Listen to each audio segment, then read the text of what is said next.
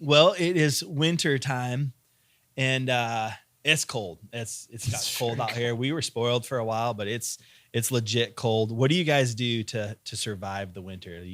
Are you like stay inside and hunker down? Or are you like, no, I'm going outside, bundling up? What do you guys do? I feel like I found a hack of bringing the outdoors indoors by wearing VR, virtual reality. My goodness, we went right there.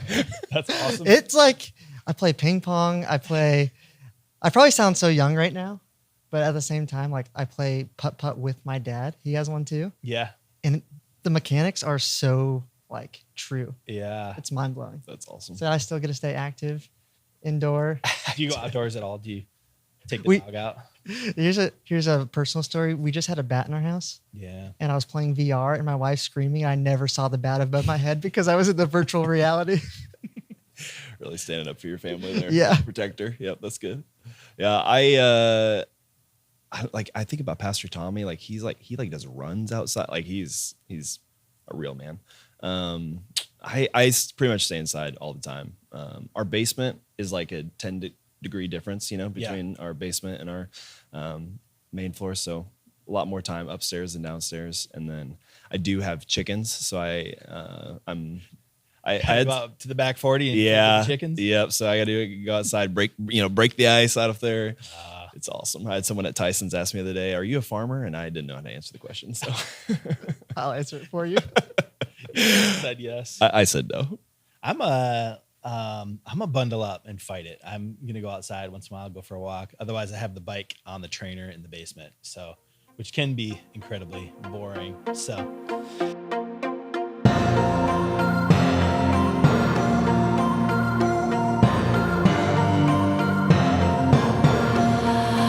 Welcome to the Something Different podcast. And as you can probably tell, we definitely have something different, someone different. I'll say, I don't want to call you a thing, but we have Pastor Cub in the house today. Tell us where Cub came from. Yeah, it's just the last part of Jacob. My wife's, her twin's name is Jacob. So when I first asked her out on a date, she said no, because she's like, that's too weird. And I was like, don't worry, I'll change my name. Wow. And so I committed. Like I already had the nickname, but I committed. I'm Cub from here on out. But one time, Kelsey, who's on staff, she's like, I just assumed because you're small, like a bear cub, and it has nothing to do with that. But it's a little bit. Did you ever think about going with Jake? Hey, Jake. I'm just trying it out. I'll switch it up now. Yeah. And then we have Darik, and then I'm Craig. So we're excited to be here with you guys. And one of the things that we all have in common relates to what I want to kind of give us some handles on, start a discussion on. It's this idea of how to lead when you're not in charge. And I think for most of us, we're probably somewhere in that. We're either maybe in the middle or we're maybe even just getting started, but very few of us are in charge. And almost nobody has nobody to answer to at some point for some area of life. Yeah. And so we know as you're listening, this topic may relate to your workplace.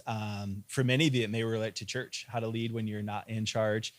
It may be even a situation in your family where there's some decisions that you make and you're in on, and some where you're kind of going with the flow for certain of it. But I want to ask you guys, obviously our roles as campus pastors, you can probably kind of tell we are not in charge. So we are honored to serve under our lead pastor, Pastor Marty Schmidt.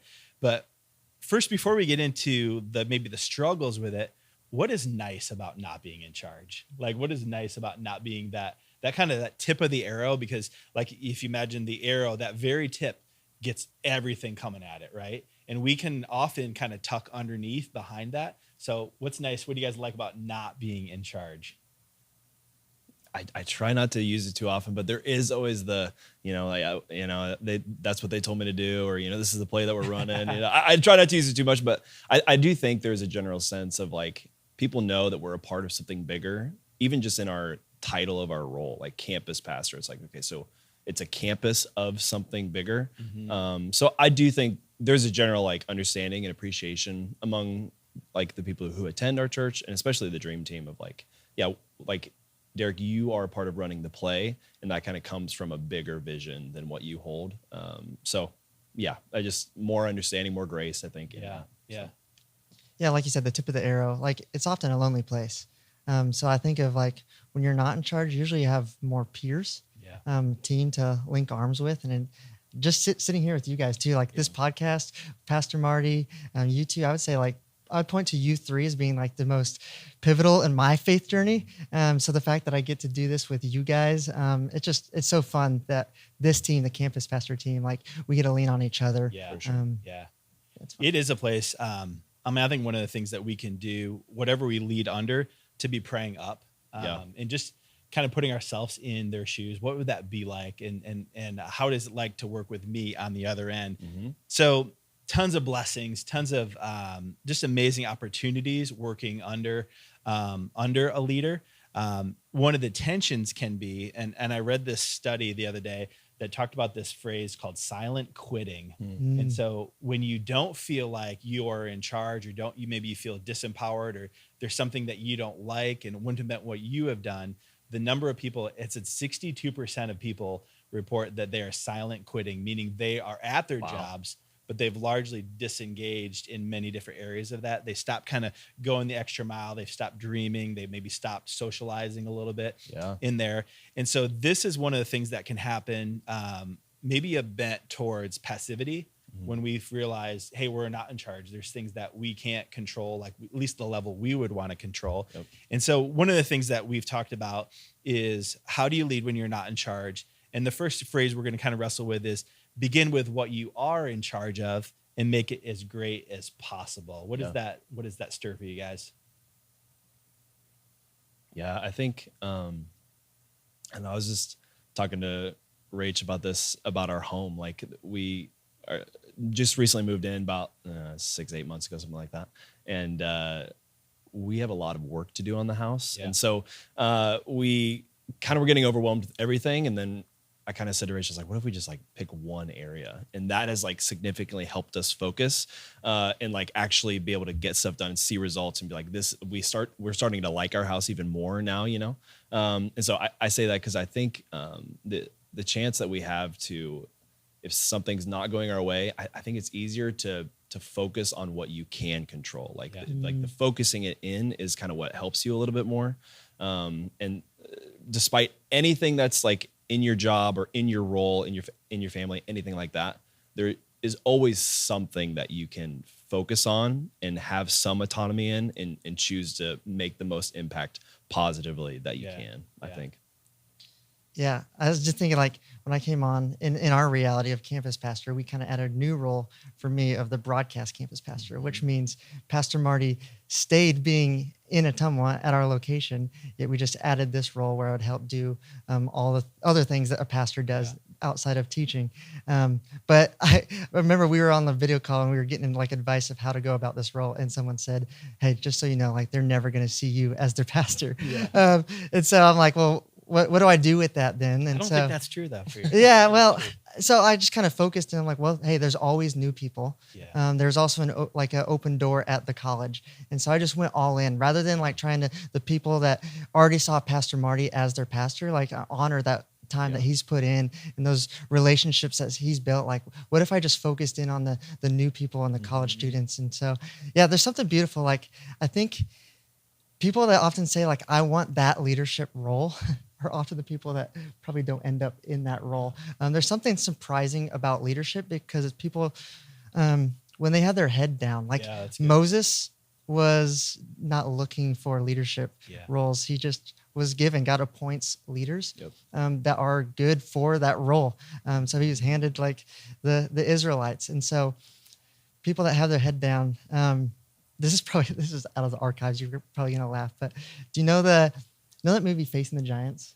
Or how? Of course. What's the scene you remember? Do you remember a specific scene of the guy that he's like the bear crawl? He puts the guy on his back and the coach is like down on the ground. He's like, you just got to keep going. You got to keep grinding. They're like really zoomed in and then they zoom out and he takes off the blindfold and he's like, you're in the end zone. And it was like supposed to be surprising, jaw dropping. There's something surprising like when you focus on what's right in front of you about leadership. Like I look back, I'm like, how did I end up here? Yeah, it's amazing. It doesn't make sense. What did Pastor Marty see in me? I know you feel that way. So yeah, just like owning what's right in front of you, what I can control. There's something, a beautiful art about that. Yeah. And I think that we can often project onto our leader to think, they're thinking of everything all the time. But the reality is there's a ton of little things that they're like, oh man, if I got somebody who will own what they can own really well, they're really seen as somebody who I could set you up to do more, or like what a blessing that is to the leader. I think too, like you talk about like focusing on the hills and like connecting with new people. I think there's a huge part there, like two things. One is like you're looking at where there's areas like that you can potentially grow. So like I'm not going to like be so hard-headed of like, I need to be this type of pastor. Yeah. Just looking at all the potential facets and just kind of like, we've talked about slats on the bucket here, you know, on this podcast. Like, so looking at what areas can I help grow? And then paired with that, you also were like, what am I good at? And like, you're great at like small group leading, like connecting with people, like being someone who's easy to relate to. So like you leverage those gifts, in support of Pastor Marty, who's incredible at vision, teaching, like all those things. Like you were complementary to him in those ways with your gifts and with the potential that you saw. Yeah, because there's a reality of where that lowest part in the bucket, either that is his gifts, he just doesn't have the time for it. I'm sure he wants it, he's thinking about it. And so to support him in that, or there's times where like that isn't his gifts, but it is mine. That's a beautiful part of a team. That's good. So one of the very first things that we can be in charge of is ourselves. And really we bring that to the table. I mean, from the time the time we set foot in the workplace that day or whatever it looks like, or it's back home, there's things behind the scenes that no one sees and maybe no one's telling you, hey, you need to do this. But what does it look like? What are some of the areas that you guys have found? Like if I can be in charge of myself in this area or be disciplined in it, I actually set myself up to be a greater asset in the workplace or the home. Yeah, I'd say just like from personal experience, like that word discipline has been like probably the main thing for me of like, if I can just make sure to get everything I can do to make, it's like such a cheese, like to be the best version of myself, like, and a lot of it's personality. So like, you'll have to know your personality as you hear this, but like, it was really helpful to like know what things I can control on my own, what habits I can do in the morning, do in my quiet time. Like, am I like being physically like moving, like just to make sure I'm mentally, spiritually, like all the RPMs, like my RPMs are somewhat influenced by external circumstances, but like for the most part, it's how I'm engaging with them. Am I intentional with them? Am I focusing on them? Am I investing in them? And so I think that's probably the main thing I think of is, can I be disciplined so that I can bring the best version of myself to whatever the situation looks like. So. That's good. Yeah. And I think even just like learning on your own. I know like we all sit in spots where we help influence some people underneath us as well. And you kind of want to think of like, hey, okay, what's their development plan? But it's almost impossible because you know if that's going to be a good fit for them. You can suggest things, but when they have that drive to say, hey, I'm going to be getting better myself, it gives your leader, the person over you, the opportunity to say, hey, this is what I see them working on and developing in, and I can respond to that. If there's two people that are like, one, they're really good at this thing, but then there's someone that's maybe like 2 steps behind, but they're a self-learner. Like which one would you rather have? I think those are the people, like the team members that people are fighting for, is that we know they're a self-learner. We know they're going to keep getting better. Yeah. Here's a question for you.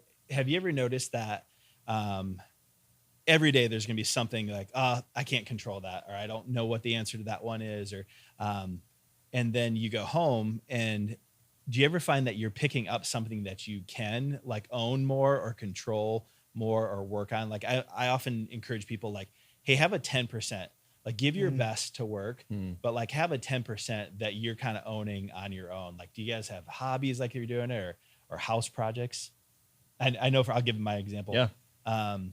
I have finished basements twice in my life, and they were in seasons where work stuff felt the most out of control. And it's just being able to put your hands to something and work on a project and be like, because a lot of what many people have this. I mean, you may be a parent and it's like, is this working? Is kind of the question. It's hard to evaluate.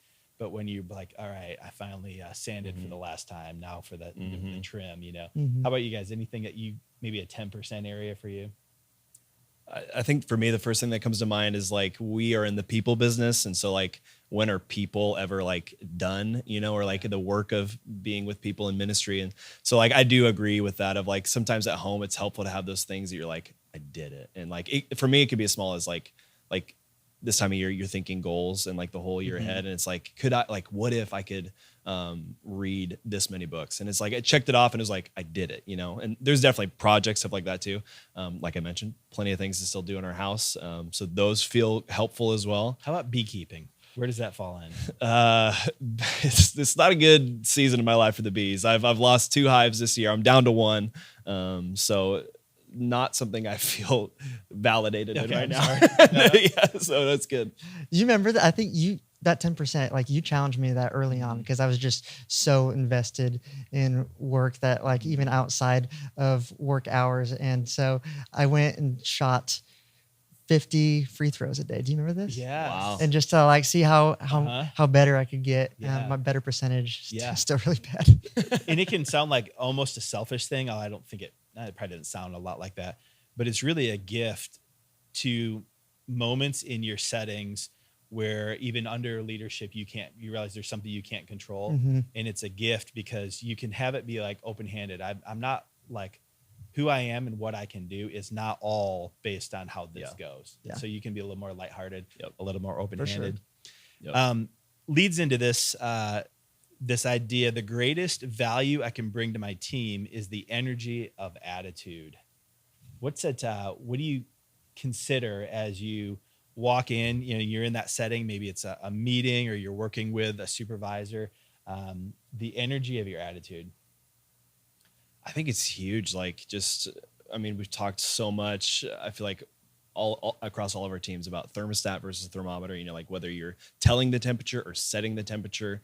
But like, I think every single person listening to this is either a leader or like has influence. And like, so you are in that thermostat role. So like you're setting the temperature or at least impacting, okay.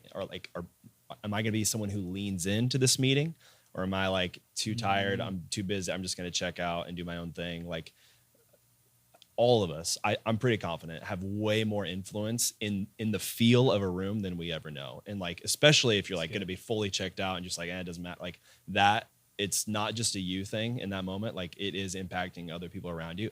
And there's a responsibility to that.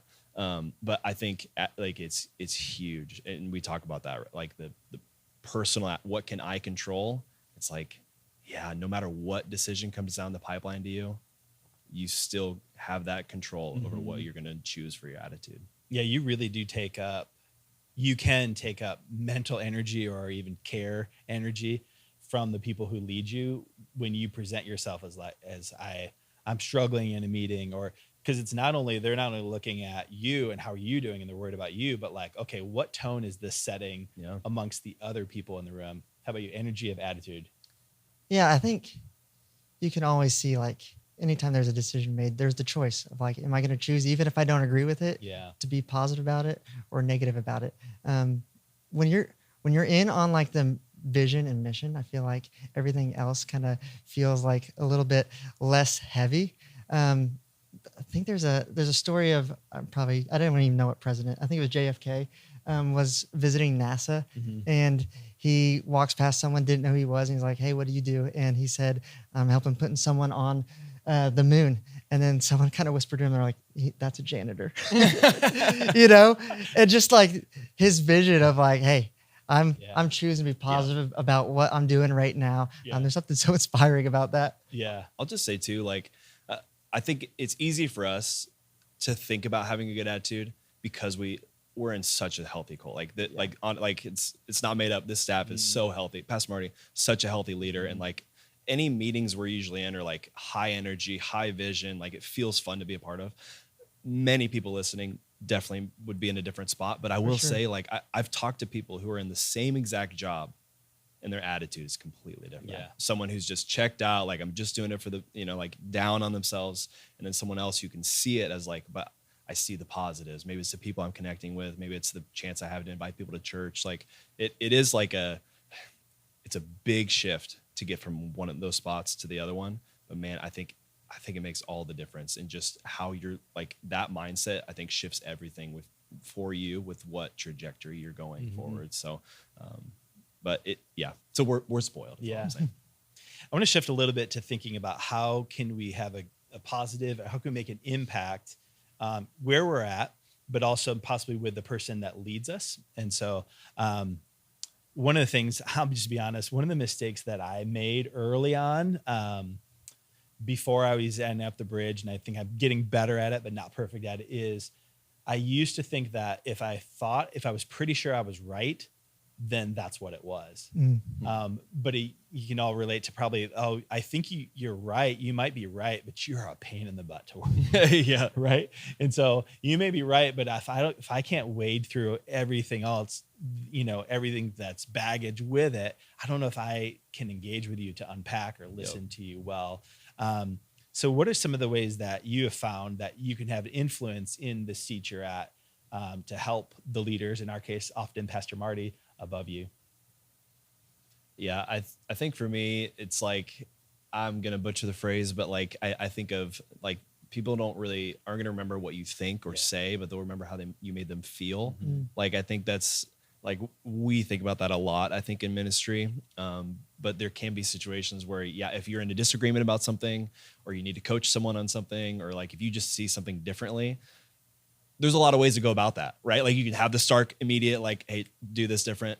Or you can think about, all right, so like, let me put myself in their shoes. Like, what were they thinking about in this situation? And like, how do I meet them where they're at, and like encourage them and coach them where like they can walk away feeling like lifted up because they were invested in with like advice or coaching, all because you were first thinking, how am I going to make them feel walking through this? And because like, I feel like for all of us in leadership, we're kind of trusted to make the right decision and make a call and think things through.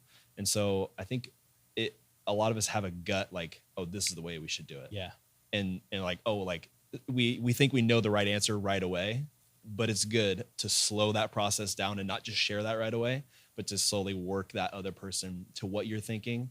And even just like, not that it has to be your way, but just bringing them along and how you're thinking about it, to help start that communication process. I think. So. Mm-hmm. Do you remember the question again? I talked too long. No, it's good. How do you, as you see things, and you're not in charge, how do you influence your leader above you? What are some of the ways that you found that, hey, I can be heard and I can have a voice and be trusted in that? Yeah, I would say. And this is like, I just to say, like, we all are, you mentioned this, we're all working in this context of, we have somebody who listens to us and values us and hears us. And it's different. I mean, I know some people are in situations where it's just not good. And so we're praying for you, and maybe it's not time to be there anymore. Yeah. So, but let's stay on in kind of the positive. Yeah. You got a leader who will listen to you. How do you influence them? Yeah, I would say one of the biggest leadership lessons that I learned, though, was in a season where I didn't agree with the decision that was made. But then also just coming to the understanding that, well, he is in charge for a reason. And I am not. And looking back now, I'm like, I see many of those reasons of why I was not in charge. But just kind of getting to the place where, no, I'm going to support him. So sometimes we just have to like love what they love, worry about what they're worried about. So I think many ways to support in our context, Pastor Marty, just like, hey, he's the one driving the vision.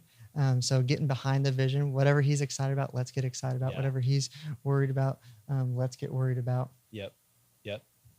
I think another way is to start to be a student of the person that's leading you, or the person maybe you're volunteering under somebody. And I think that's even like, I'm a student, like, so I'm interested. This is like How to Win Friends and Influence People, the old book.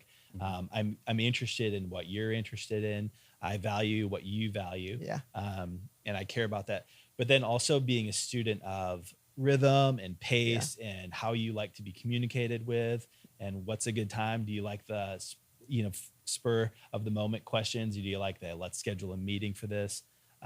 We were even just saying, one of the things we've learned is that Pastor Marty often appreciates. I mean, there's a season where he was really directive in this. He's like, I like 3 options. Give me 3 options. Don't tell me it's this way or no way, because he's a creative thinker, right? He's always going to be thinking there could be something else, or what if we tried this? And so I'm going to kind of move on to this next part. Just 3. I'm going to give you 3 helpful things that really set you apart as a leader who can have an influence. I'll say this way: leaders with influence, they notice things. You ever, as you've led people, you ever notice there's some people that just like you could spill a glass of water right in the middle of, or coffee right in the middle of the lobby, and they just walk right past it like, but other leaders are like, that's not probably how it should be. I walk into a room and I'm like, that banner isn't quite straight, or that's not like it should be. Tell us about what that looks like what does it mean to you as a leader when you can tell people are noticing things? Yeah. And like under this heading of like leading, like not being the leader in charge, or whatever we're calling this podcast. Like, I think it's big. Like we all notice what Pastor Marty notices. Like, so we're paying attention. Oh, he cares about this because he's talking about this, because he thinks about this, because he changed that, like if he's picking something off the ground, you're like, okay, so I need to do that too. You know, like, so we are first looking to the leader of like, what is he noticing? And then that's what I'll start. Okay, I want to pay attention to those things as well. So that's what the first thing that comes to my mind is I'm noticing first what he's noticing and trying to download that. If I want to be on culture and like helpful, like team participant, that's what I'm paying attention to. Yeah, but then like on top of that, we go to different spaces. We meet with different people, depending on what our role is, whether it is like at church, in a job, or even at home. There's just things that we see that other people don't see. So, for example, someone at our campus, Olivia, she was gone this weekend on Sunday and on vacation. So I thought that just assumed like, oh, I should take on her role. So I start communicating, making sure everything is like handled in the loop. And so I reach out to like Dream Teamers and they're like, hey, Olivia already reached out to me. And I was just like, oh man, that is such a good feeling knowing that like she's leading in that kind of way, even in her absence. Like she's already noticed things from probably before. She's noticed things of how she can get better and communicate and set us up. Yeah. I mean, to use some of the little details, bandwidth of a leader, of your thoughts, and say, yep, I don't have to think about that because somebody else said it. So leaders notice things. And those are leaders, they just care. They care about the vision, the mission. The second one is that they question things. And so one of the things that can be easy for us to do is just notice things and complain about them, right? Notice things and critique them. But when you question them, especially when you have the energy of attitude with you, you start to ask these questions. They're like, what if? Or do you think we could do this? Or I was thinking that I could maybe get a team to help us notice if there were spills or whatever in the lobby. They begin to question things. And then the third one is they begin to connect things. You've probably heard this, that leaders don't want people to come to them with a bunch of problems. Like, don't come with a problem unless you have a solution or an idea that you can offer to do that. So they notice things, they question things, they connect things. How have you guys seen that? Is something you're doing, or is something you see people underneath you doing? I think that question one's a really good one, because like I think about questioning things like, how can I make things better? And like, so even just from Rach and I, like the other night she asked me, she's like, hey, are you still doing the verse every night with Zoe? Like I used to say a verse with her every night. And I was like, no, like things just happen and like you get out of the habit. And I was like, but like I should. So I restarted that, good. And so it's like, and me and Rachel are like good enough where she can say that and I cannot feel like less than. Did she probably know you weren't doing it? Probably, if that's my guess. Yes, exactly. A question makes it feel better. Question's better than like, hey, why aren't you doing that? So I think like just calling to attention, hey, how can we make things better? And like, I can receive that well because I know like she's for me, like we're good, like we're trying to grow, like we want to lead our family well. So I think those questions of how to make things better, I think as long as you're aligned, like have the heart of like, yeah, that's going to improve whatever you're working on. Yeah, every leader wants that, right? Every leader wants people looking with them how to make things better. They don't want the weight on their shoulders, just them. But I will say, like, when you're in the middle, though, timing matters with that. Yeah, for sure. You may have the best idea, but given at the wrong time, that can really stress out a leader. So, like, for example, my wife and I have had this before. Like, I was doing this teaching on a Sunday, and I was like, "Hey, what do you think?" She's like, "It's good." And I was in the like, I want it picked apart. Like, this is the time I want to get better. So then I told her that. So then when I asked her again between services, she like picks everything apart, and I was just like, "I don't have time to fix this. Like, I just want to pat on the back, like timing matters." And that was like all on me, but still, like, yeah, we can get better of like, hey, is this the right time? Yeah. That scenario too is just like a communication one, right? Where it's just like when you're in the middle, like working on your communication is probably the best thing you can do. And so that's paying attention to cues of like, is this like making sure that's the right time to talk about something? Yeah. I think even like over communicating where like, and that's like, connect too, right? For sure. Like connecting things is communication. Yeah. Like if she would have asked like, hey, is this a good time for me to bring this up? Just like that additional communication, check in, the connect with you before sharing the information. Cora, we love you. You're awesome. But like, that's a great example of like the connection before you offer, whatever, I think is a good way to up the level of communication. Yeah. Yeah. We have these forms that we fill out after an event or after a Sunday. And I just like gave props to someone that was filling it out so well, because I'm knowing who they're writing, like, I connected with this person on Sunday and I'm not even there. This was for our youth ministry and I can't get there on Sunday nights and Wednesday nights, every week, but just the communication up. So when you're in the middle, the communication up really helps to leaders, but it also is very important down too, making sure you're aligned and you're on the same page. And yeah, it's good. Well, let's kind of bring this in for a landing. How to lead when you're not in charge. Any last thoughts for you guys? Anything in the hopper that you want to spit out? I don't know. I just think in Peter, one of Peter's books, he wrote like honor the emperor, and that was at a time where there was an emperor in charge who was persecuting Christians, and he said, honor the emperor. And so like I think about us, we have an amazing leader. Other people don't. And even like I think about people whose spouses are just not where they're at spiritually.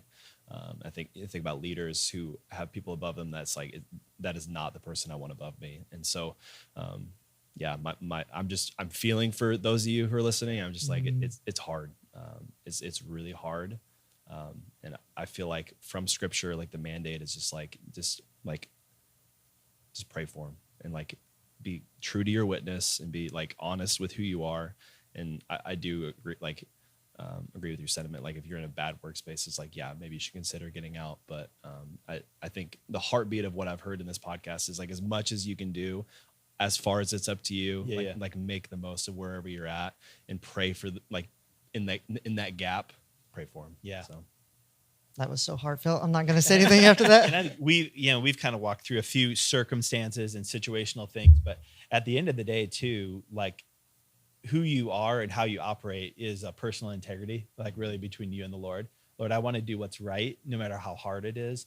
And so there's some level where it kind of sounds like, how do I position myself in the right thing? But I think if you just keep asking God, like, what's the right thing to do here? What's the thing that has honor and integrity? That's probably one of the best places you can just continue to live in to set yourself up. Absolutely. I'm going to give us this last verse. Luke 16:10 says, if you are faithful in little things, you will be faithful in large ones. But if you are dishonest in little things, you won't be honest with greater responsibilities. So good. Well, thanks guys. Thanks, Pastor Craig. I'm going to let you wrap it up. I think you have the wrap down better than I do. That's great. Yeah. Like, subscribe, follow, give us 5 stars on every single platform, all those things, ring the bell, and we'll see you on the next one. There we go.